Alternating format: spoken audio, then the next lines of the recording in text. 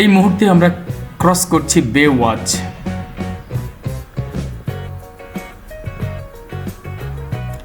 এখন যেটি দেখতে পাচ্ছি সেটি পালঙ্কি রেস্টুরেন্টের একটি ফলক, অর্থাৎ বাম পাশে সেই রেস্টুরেন্টটি। এই পালঙ্কি নামের একটি বিখ্যাত হোটেল ছিল শহরের ভিতরে। পরবর্তীতে ওরা এই বিচের শেষ দিকে অর্থাৎ পাটুয়া টেকের আশপাশে এসে একটি রেস্টুরেন্ট দেয় এবং এই রেস্টুরেন্টটি এখন খুবই জনপ্রিয়। আমরা গত পর্বেই দেখিয়েছি যে হিমছড়ি পার হয়ে কাঁকড়া বিচ এবং ঝাউবন পার হয়ে আমরা সুন্দর এই মেরিন ড্রাইভ ধরে এগিয়ে চলেছিলাম পাটুয়া টেক এবং ইনানি বিচের উদ্দেশ্যে। তারই ধারাবাহিকতায় আজকে পরবর্তী অংশটুকু দেখানোর চেষ্টা করব এবং মজার ব্যাপার যেটা, এই অংশের শেষে আমরা কক্সবাজার রেলওয়ে স্টেশনের উপরে একটি ছোট্ট প্রতিবেদন দেখার চেষ্টা করব। এই মুহূর্তে আমরা চমৎকার সেই রাস্তাটি ধরে, অর্থাৎ বিচ রোড যেটিকে আমরা বলি মেরিন ড্রাইভ, সেই মেরিন ড্রাইভ ধরে চমৎকারভাবে এগিয়ে চলেছি। আমাদের গাড়িতে আমাদের স্টুডেন্টরা আছে, আমাদের সামনে একটা, পিছনে একটা, মোট 3টি গাড়ি রয়েছে আমাদের সঙ্গে এবং এই গাড়িতে চমৎকার গান বাজছে এখন, যে গানের মূর্ছনায় সুরের মধ্যে হারিয়ে গিয়ে ডান পাশে মাঝে মাঝে সমুদ্রের দিকে চোখ পড়ছে, আর কখনো বাম পাশের সবুজ গাছের সারি, আর সেখান থেকে আরও একটু দূরে তাকাইলেই আছে পাহাড়। সব মিলিয়ে অনবদ্য সুন্দর চমৎকার সময় কাটানোর মতো জায়গা এই কক্সবাজার ইনানি পাটুয়া টেক তথা মেরিন ড্রাইভ।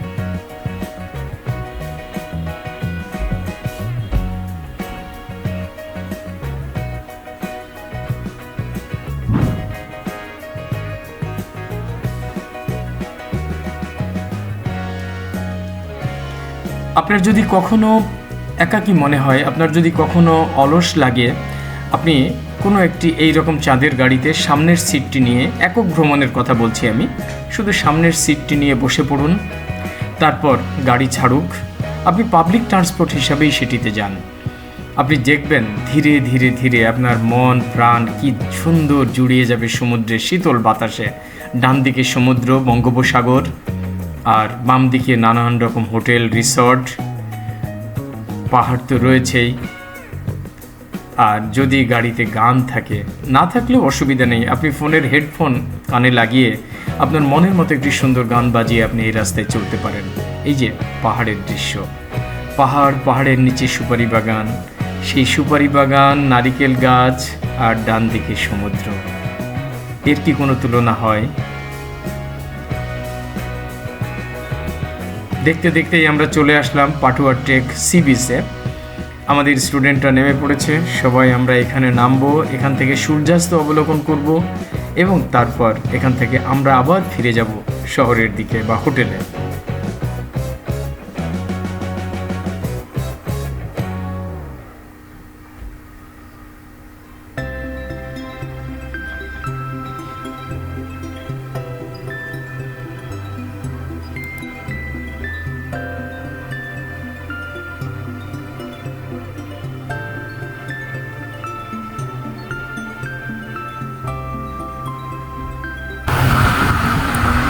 আমরা পেয়ে গেছি সেই কাঙ্ক্ষিত সূর্যাস্তের দৃশ্য। এই মুহূর্তে আমি মোবাইল দিয়ে ছবিটি ধারণ করছিলাম, হঠাৎ করে আমার ক্যামেরাটি তাৎক্ষণিকভাবে ব্যাগের মধ্যে ছিল, মনে হচ্ছিল ওই সূর্যাস্ত মনে হয় খুব অল্পক্ষণে স্থায়ী হবে। সত্যিই হলো তাই। আমি মোবাইল বের করে এটি পোর্ট্রেট মোডেই নিয়ে নিলাম, কিন্তু ল্যান্ডস্কেপে নিলে হয়তো আর একটু ভালো লাগতো। যাই হোক, এই যে সূর্যটি ধীরে ধীরে পানির মধ্যে আস্তে আস্তে ডুবে যাচ্ছে, মনে হচ্ছে যেন আস্তে আস্তে ক্ষীণ হতে হতে একদম নিঃশেষ হয়ে যাচ্ছে। চমৎকার একটি সূর্যাস্ত সাক্ষী হলাম আমরা। কি অপূর্ব সুন্দর, সমুদ্রের ভিতরে পুরো সূর্যটি যেন তলিয়ে গেল। তারপর ধীরে ধীরে সূর্য ডোবার পরে পুরো আকাশ জুড়ে একটি লালিমা, একটি লাল রং ছড়িয়ে পড়েছে গোটা দিগন্ত রেখা জুড়ে। মনে হচ্ছে সমুদ্রের পানির ওপারে যেন এই লাল রং একাকার হয়ে মিশে গেছে বাম প্রান্ত থেকে ডান প্রান্ত পর্যন্ত। আমাদের সামনে এখন বঙ্গোপসাগর, এটি পাটুয়া টেক সি বিচ। এখানে অসংখ্য কোরাল পাথর পড়ে আছে চারিদিকে। আমাদের স্টুডেন্টরা ঘোরাঘুরি করছে, আমার মেয়ে বেশ কিছুক্ষণ একা একাই ঘোরাঘুরি করছিল এখানে, এখনও আছে। আমার স্ত্রী ডান দিকে অন্যান্য স্টুডেন্টদের সঙ্গে কিছুটা সময় কাটাচ্ছে। আর আমি ওদেরকে দেখছি, ওদেরকে দেখাচ্ছি, পাশাপাশি আমি নিজে একদিকে সাগর আর বিপরীত দিকে পাহাড় আর মাঝখানে কোরাল আইল্যান্ড এ অনুভূত। এটি ভাষায় বর্ণনা করার মতো না যে এই জায়গাটি এখন এই গোধূলি লগ্নে কতটা সুন্দর লাগছে।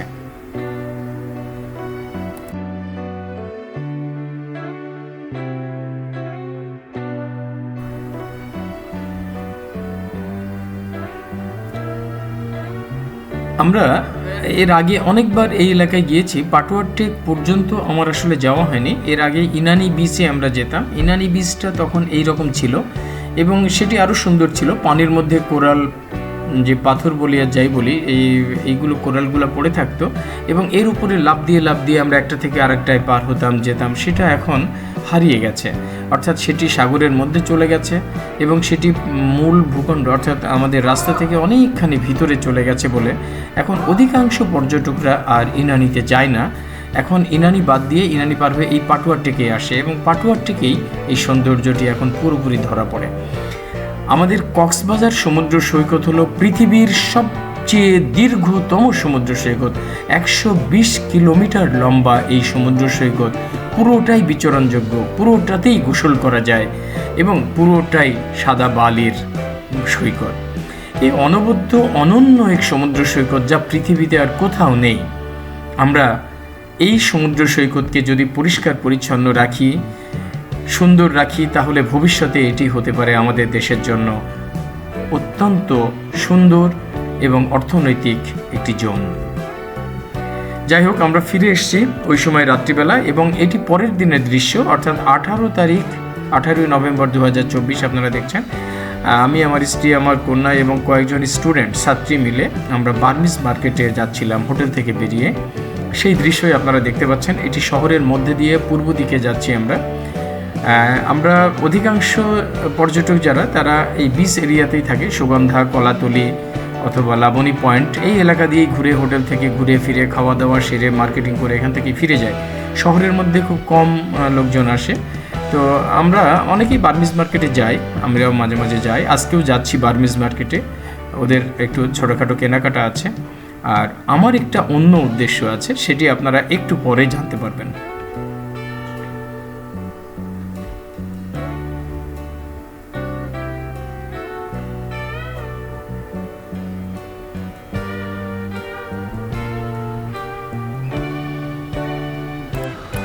ওদের সবাইকে বার্মিজ মার্কেটে নামিয়ে দিয়ে আমি একটা রিক্সা নিয়ে আমি আমার নিজের মতো একা একটু ঘুরতে বেরোলাম কক্সবাজার শহরের ভিতর দিয়ে। আমার লক্ষ্য কক্সবাজার সরকারি কলেজ। আমি নিজে সরকারি কলেজের শিক্ষক বলে অ্যাকচুয়ালি কলেজের প্রতি আমার একটি টান অনুভব করি, আর সেখানে যদি পরিচিত কেউ থাকে সেটি আমার জন্য হয়ে ওঠে অনেক আনন্দের। তো সেই উদ্দেশ্যেই এই রিক্সাটি ভাড়া করে আমি এখন যাচ্ছি কক্সবাজার সরকারি কলেজে।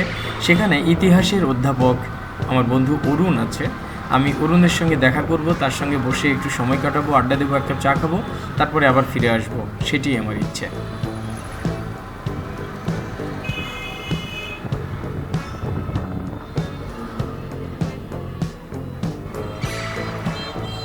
চলতি পথে কক্সবাজার শহরের নানান স্থাপনার সঙ্গে পরিচিত হচ্ছি।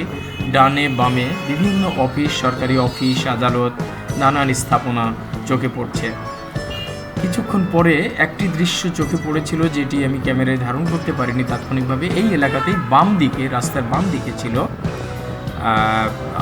আমরা যে ইন্টারনেট ইউজ করি, এই ইন্টারনেট তো আসলে বিশ্বব্যাপী।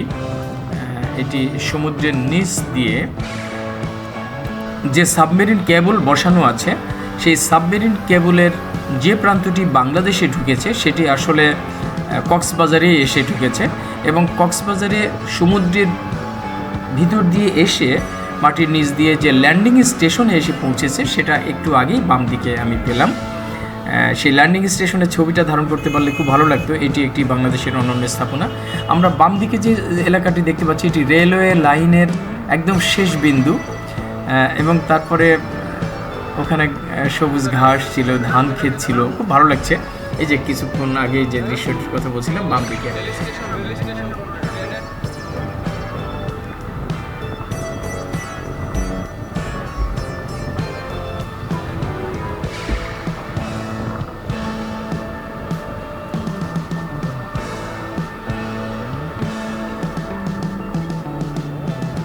আমরা কক্সবাজার বাস স্ট্যান্ডের সন্নিকটে পৌঁছে গেছি।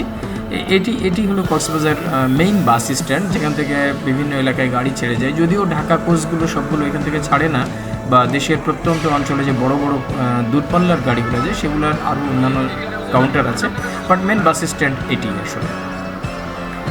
আমি গল্প করতে করতে পৌঁছে গেছি কক্সবাজার সরকারি কলেজের প্রান্তে। এই যে আমাদের গাড়িটি ইউটার্ন নিল, রিক্সাটি এইমাত্র ইউটার্ন নিয়ে যে গেটে এসে থামলো, এটি সরকারি কলেজের গেট। এই যে সামনে আমরা গেটটি দেখতে পাচ্ছি, একটি ভিন্ন মাত্রার গেটের অবয়ব। আমরা ভিতরে ঢুকলাম রিক্সা নিয়ে। দুপাশের রাস্তাটি কিন্তু দারুণ সুন্দর, অর্থাৎ প্রচুর গাছপালা, বিশেষ করে নারিকেল গাছ। যেহেতু এটি বিচ এরিয়া, তাই এখানে প্রচুর নারিকেল গাছ আছে। গাছপালার সারির ভিতর দিয়ে ছাত্রছাত্রীদের দুপাশে রেখে আমার রিক্সাটি এগিয়ে চলেছে মূল ভবন, অর্থাৎ প্রশাসনিক ভবনের দিকে। এই যে প্রশাসনিক ভবন, সেখানে নেমেছিলাম। নেমে তারপরে বন্ধু অরুণের সঙ্গে দেখা করি, সেখানে চা খাই, এবং তারপরে সে আমাকে রেল স্টেশনের কথা বললে আমি উৎফুল্ল হই এবং তাকে বলে আমাকে সঙ্গে নিয়ে চলো। এবং তখনই আমরা দুই বন্ধু একটা অটোতে চড়ে রেল স্টেশনের উদ্দেশ্যে রওনা দিই। আমি তখন পর্যন্ত রেলওয়ে স্টেশনটি নিজের চোখে দেখিনি, ছবিতে দেখেছি বারবার। ছবিতে দেখে আসলেই বোঝা যায় না, এটি বাস্তবে দেখে বুঝলাম পরে। যাই হোক, আমি খুব অল্প, একদম কক্সবাজার সরকারি কলেজ রাস্তার একদিকে, আর রাস্তার উল্টো দিকে এই রেলওয়ে স্টেশনটি। মাত্র 1 কিলোমিটারও হবে না ওখান থেকে, এত অল্প দূরত্বেই এই স্থাপনাটি এবং প্রতিষ্ঠানটি। এই যে চলে এসেছি আমরা কক্সবাজার রেলওয়ে স্টেশন সংলগ্ন চত্বরে। ডান পাশে বিশাল এলাকা পার্কিং জোন, এবং এই সামনের যে মূল ভবনটি দেখতে পাচ্ছি আমরা, অদ্ভুত তার স্থাপত্যশৈলী। এবং এই রেল স্টেশন সম্পর্কে দু একটি কথা আমি এখন বলছি। সেটি হলো, এটি কনস্ট্রাকশন শুরু হয়েছিল 2017 সালে। এর আর্কিটেক্ট ছিলেন, অর্থাৎ যিনি স্থাপত্য কর্মটির নকশা করেছিলেন, সে আর্কিটেক্ট ছিলেন মোহাম্মদ ফয়েজুল্লাহ। এবং এই পুরো রেলওয়ে স্টেশনের খরচ পড়েছিল 214 কোটি টাকা। এটির প্রাথমিক কনস্ট্রাকশন কমপ্লিট হয় 2023 সালে, এবং এটি রেল যোগাযোগ শুরু হয়, অর্থাৎ ওপেনিং যেটাকে আমরা বলি, সেটি হয় 11ই নভেম্বর 2023 সাল থেকে। এখন নিয়মিত ঢাকা থেকে এবং চট্টগ্রাম থেকে এই রেল স্টেশনে ট্রেন যাতায়াত করছে। এখান থেকে ঢাকার সরাসরি ট্রেন যোগাযোগ রয়েছে, এছাড়াও লোকাল ট্রেন হিসাবে যেগুলো, সেগুলো চিটাগং থেকে আসে। আমি বিস্ময়ে অভিভূত হয়ে যাই যখন এই ভবনটির একদম সামনে গিয়ে দাঁড়াই, এবং আমার বন্ধু অরুণ আমাকে বিবৃত করছিল এই স্টেশনটি সম্পর্কে, এবং এখানকার যে স্থাপত্যকর্ম, এখানকার যে উন্নয়ন, এইটা সম্পর্কে তিনি আমাকে বর্ণনা করছিলেন এবং জানাচ্ছিলেন এটির ঘটনা। আমি মানে রীতিমতো অভিভূত, কারণ বাংলাদেশে এই ধরনের স্থাপনা আর একটিও নেই। আমার কাছে মনে হয়েছে এটি অনন্য একটি স্থাপনা, এবং এই স্থাপনাটি দেখে আমার রেল স্টেশন মনে হয়নি, এটি রীতিমতো বিমানবন্দরের থেকেও যেন বেশি কিছু। এবং কক্সবাজার বিমানবন্দর এর কাছে কিছুই না। কক্সবাজার যে বিমানবন্দরটি রয়েছে সেটি এই স্থাপনার কাছে কিছুই না, অথচ এটি রেলওয়ে স্টেশন। এই যে নিচে যে গেটটি, আমার গেটের দিকে আমরা আগাচ্ছি এখন, সেই গেট এবং চারপাশের সব কাজ দিয়ে ঘেরা, ভিতরে চেয়ার বসানো আছে, থরে থরে দেখতে পাচ্ছেন ফাঁকা প্রচুর স্পেস। এগুলো আসলে এখনও চালু হয়নি, এই জন্য গ্লাসের উপরে ক্রস চিহ্ন দেওয়া। এটি তালা মারাও ছিল, বন্ধ, আমরা ঢুকতেও পারিনি এদিক দিয়ে। ওই দিক দিয়ে রাস্তা আছে স্টেশন দিয়ে একটি। তো যাই হোক, আমরা ফিরে আবার প্ল্যাটফর্ম দেখার জন্য উপরের দিকে যাচ্ছিলাম।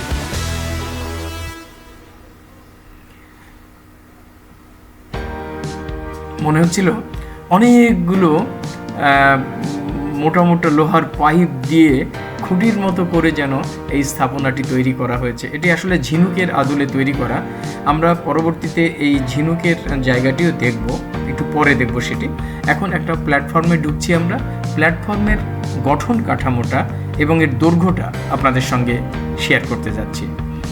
দেখুন, এখান থেকে এক পাশটা প্ল্যাটফর্মের লেন্থটা অনেক বড়, এবং আমার মাথার উপরে সেই বিশালত্ব, সেই স্টেশনের ছাদটি এটি আসলে কি দিয়ে তৈরি আমি বলতে পারবো না, তবে অবশ্যই স্টিল ফ্রেম এটি মনে হয়েছে আমার কাছে। ওর উপরে কিছু একটা ফাইবার জাতীয় কি আছে আমি এক্স্যাক্টলি এখনও বলতে পারবো না, আমি জানিও না এটা। তবে সত্যি সত্যি অভিভূত হয়েছি এর গঠনশৈলী, গঠন কাঠামো এবং এর বিশালত্ব দেখে। এইখানে যে গেটটি আছে এই গেট দিয়ে নাকি ভিতরে ঢোকা যায়। তো আমরা একবার চেষ্টা করতে গিয়ে আবার কেন জানি না ভিতরে গেলাম না গিয়ে বাইরে থেকেই আমরা অন্য এলাকাটা দেখার জন্য ঘুরে আসলাম। ভিতরে চোখ লাগিয়ে অর্থাৎ ক্যামেরার চোখ লাগিয়ে একটু দেখার চেষ্টা করলাম কি কি আছে। আমার বন্ধু আমাকে বলল যে এখানে এসকেলেটর থাকবে, লিফট থাকবে, উপরে রেস্টুরেন্ট থাকবে, বাইরে আবাসিক বলতে সাধারণত ডরমিটরি টাইপের বা হোটেল টাইপের হোটেলই থাকবে, যাতে পর্যটকরা এসে এখানে থাকতে পারে। এখানে লকার সিস্টেম থাকবে যাতে পর্যটকরা তাদের ব্যাগপত্র রেখে সমুদ্র সৈকতে যেতে পারে, সারাদিন সমুদ্র সৈকতে ঘোরাফেরা করে সমুদ্র স্নান করে আবার তারা ফিরে এসে এখান থেকে ব্যাগপত্র নিয়ে ট্রেন ধরে যেন ফিরে যেতে পারে, এমন সুব্যবস্থাও এখানে থাকবে। এবং উপরে আরও কিছু রিক্রিয়েশনের ব্যবস্থা, অ্যামিউজমেন্টের ব্যবস্থা হয়তো থাকবে। এবং এটি বিশাল একটি কমপ্লেক্স। আপনারা যারা এখনও এই স্টেশনটি দেখেননি, আমি অনুরোধ করব কক্সবাজার বেড়াতে গেলে অবশ্যই রেলওয়ে স্টেশনটিতে যাবেন, আর ট্রেনে গেলে তো কথাই নেই, স্টেশনেই নামতে হবে।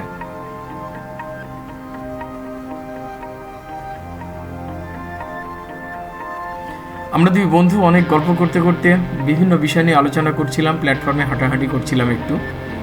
তো সেই কথাগুলো আপনাদের শোনাচ্ছি না, আমি ভয়েস ওভার দিয়ে যেটুকু শোনানোর সেটাই চেষ্টা করছি, কারণ আমাদের গল্প ছিল নানান ধরনের, বন্ধু তো উল্টোপাল্টা গল্প ছিল, যে কথাগুলো সব শেয়ার করা যায় না আসলে।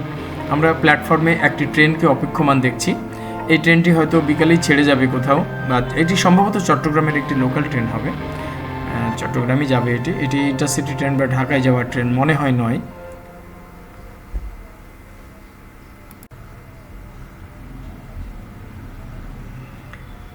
আমি প্ল্যাটফর্মের বিশালত্ব দেখে সত্যিই অভিভূত। আর কি চমৎকার আর্কিটেকচার! এই স্টেশনটি যখন পূর্ণ দমে চালু হবে তখন কি আনন্দই না এখানে বয়ে যাবে, কারণ অসংখ্য মানুষ এখানে ট্রেন থেকে নামবে, দৌড়াবে, ছুটবে, গাড়ি ঘোড়ায় ভিড় পড়ে যাবে। সামনে যে বিশাল পার্কিং লট আছে বা পার্কিং জোন আছে, সেখানে নিশ্চয়ই অসংখ্য গাড়ি ঘোড়া থাকবে এবং এটি একটি জমজমাটপূর্ণ একটি জায়গায় পরিণত হবে এবং মানুষ তাদের সুবিধাবলীও এখান থেকে ভোগ করতে পারবে। কারণটা হলো এই যে সুবিধার কথা আমি একটু আগে বললাম, সেই সুবিধাগুলো সব এই স্টেশন থেকে পাওয়া যাবে। আর দিনের দিন বাইরে থেকে কোনো যদি পর্যটক যায়, আমরা একটা রেল ইঞ্জিনকে ফিরতে দেখছি, একটা শান্টিং পজিশনে রয়েছে, সেটি সম্ভবত যে ট্রেনটি একটু আগে দেখলাম সেই ট্রেনের সামনে লাগবে এবং তারপরে সেটি ছুটে যাবে অন্য গন্তব্যে। যাই হোক, তো যেটি বলছিলাম যে একদিনের কোনো সফরেও যদি কেউ আসে, রাত্রিবেলা বের হয় কোথাও থেকে, তাহলে ভোরবেলায় সে এখানে পৌঁছে তার লাগেজপত্র সব রেখে সে দিব্যি সারাটা দিন কক্সবাজার ঘুরে আবার বিকেলের ট্রেন ধরে ফিরে যেতে পারবে তার গন্তব্যে। সুতরাং এই ব্যবস্থাটি পূর্ণমাত্রায় চালু হলে নিঃসন্দেহে এটি কক্সবাজারের জন্য তো ভালো হবেই, পাশাপাশি এটি বাংলাদেশের মানুষ তথা বিদেশি পর্যটকরা আসলেও এখানে ভীষণ আনন্দ লাভ করবেন বলে আমার বিশ্বাস।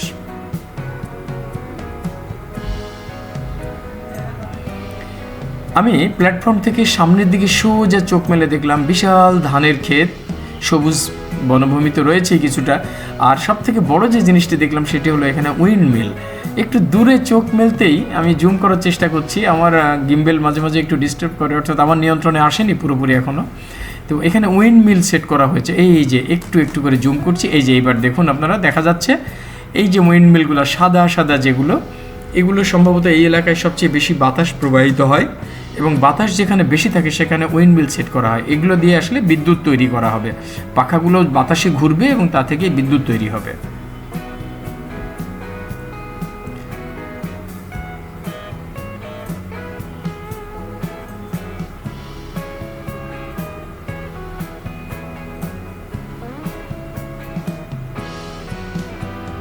দেখুন কত লম্বা রেলওয়ে প্ল্যাটফর্ম, অনেক দূর পর্যন্ত বিস্তৃত, মনে হচ্ছে যেন চোখ শেষ বিন্দু পর্যন্ত যাচ্ছেই না, ছোট হয়ে গেছে কত।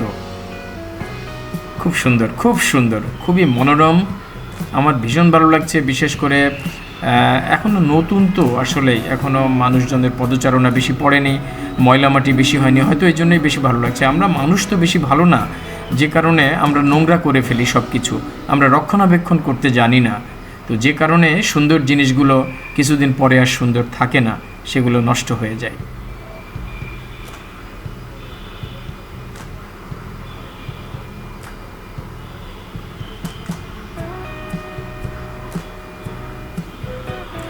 আমরা একদম সামনের প্রান্তে চলে এসেছি। এখানে চারিদিকে পানি দেখা যাচ্ছে, অর্থাৎ লেকের মতো করা হয়েছে, এবং মাঝখানে একটি ঝিনুকের পেটের মধ্যে মুক্তোর আদলে একটি স্থাপনা বা ভাস্কর্য তৈরি করা হয়েছে। ঠিক স্টেশন মূল ভবনের একদম সামনে আমরা দেখতে পাচ্ছি লেখা কক্সবাজার রেলওয়ে স্টেশন, এবং এই ভবনের একদম সামনে এই লেকের মতো গোলাকার চত্বরটি, এবং তার মাঝখানে রাখা হয়েছে ঝিনুকের আদলে তার পেটের মধ্যে মুক্ত সদৃশ্য একটি ভাস্কর্য। এবং আমি শুনলাম যে এখানে লাইটিং তো আছেই, পাশাপাশি এখানে ঝর্ণাধারা রয়েছে, অর্থাৎ চারিদিক থেকে ঝর্ণার পানি এর উপরে পড়ে। এটি সন্ধ্যার পরে সম্ভবত করা হয়, মানে এই জিনিসটি কার্যকরী করা হয়, ঝর্ণাটি চালু করা হয়, যে কারণে আমি সেই সময় দেখতে পাইনি। আমি বিকেলের দিকে গিয়েছিলাম, যে কারণে আমার চোখে এটি পড়েনি। আসলে এই জায়গাটি দেখলে আসলে মনে হয় না যে এটি আমাদের বাংলাদেশ, কারণ বাংলাদেশে এত বিস্তৃত জায়গা নিয়ে, এত সুপরিসর জায়গা নিয়ে, এত চমৎকার স্থাপনা খুব কম ক্ষেত্রেই আছে। একমাত্র বিমানবন্দরের 3rd টার্মিনাল সহ সেখানে যে কমপ্লেক্স নির্মিত হচ্ছে সেই জায়গাটিতে কিছুটা করা হয়েছে, আর এখানে আছে। অন্যান্য জায়গাগুলো এরকম হয়নি এখনো। আমরা ফিরে যাচ্ছি।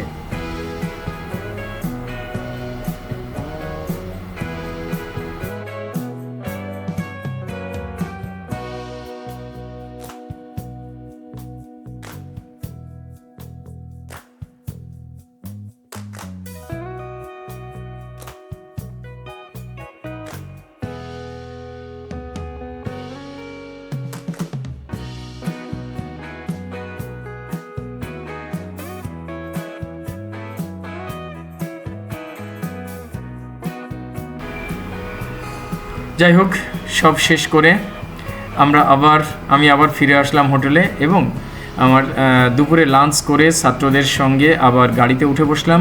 আমাদের গাড়িটি 3টেই ছাড়ার কথা ছিল, ছাড়তে একটু দেরি হয়ে যায়। 3:30টার দিকে আমাদের গাড়িটি ছেড়ে দিল, এবং তারপরে কক্সবাজারের রাস্তা ধরে ছুটতে থাকলো আমাদের গাড়িটি। আমরা 15, 16, 17 3 দিন ট্যুর শেষ করে আজকে 18 তারিখ, আজকেও সারাদিন ট্যুর করলাম, করে এখন রাজশাহীর উদ্দেশ্যে আমরা রওনা দিচ্ছি। আর কিছুক্ষণের মধ্যেই আমাদের গাড়ি রাজশাহীর উদ্দেশ্যে ছুটতে শুরু করবে।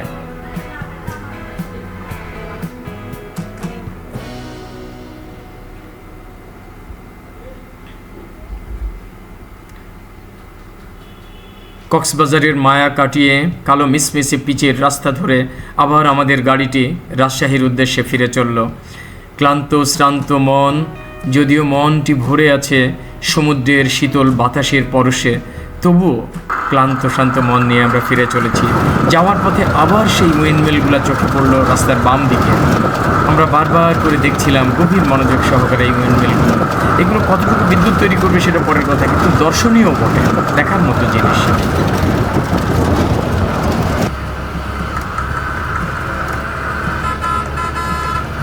আমার প্রিয় শুভানুধ্যায়ী, আমার দর্শক, আমার সহকর্মী, আমার বন্ধুরা এবং আমার প্রিয় শিক্ষার্থীরা, সবাইকে অনেক অনেক ধন্যবাদ জানাচ্ছি এই ভিডিওতে আমার সঙ্গে থাকার জন্য, আমার কথাগুলো মন দিয়ে শোনার জন্য।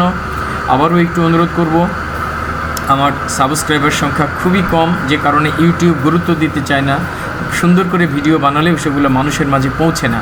আপনারা দয়া করে সাবস্ক্রাইব করবেন এবং আমার সাথেই থাকবেন। পরবর্তীতে আরও অন্যান্য ভিডিও নিয়ে আপনাদের সামনে হাজির হব। আল্লাহ হাফেজ, সবাই ভালো থাকবেন।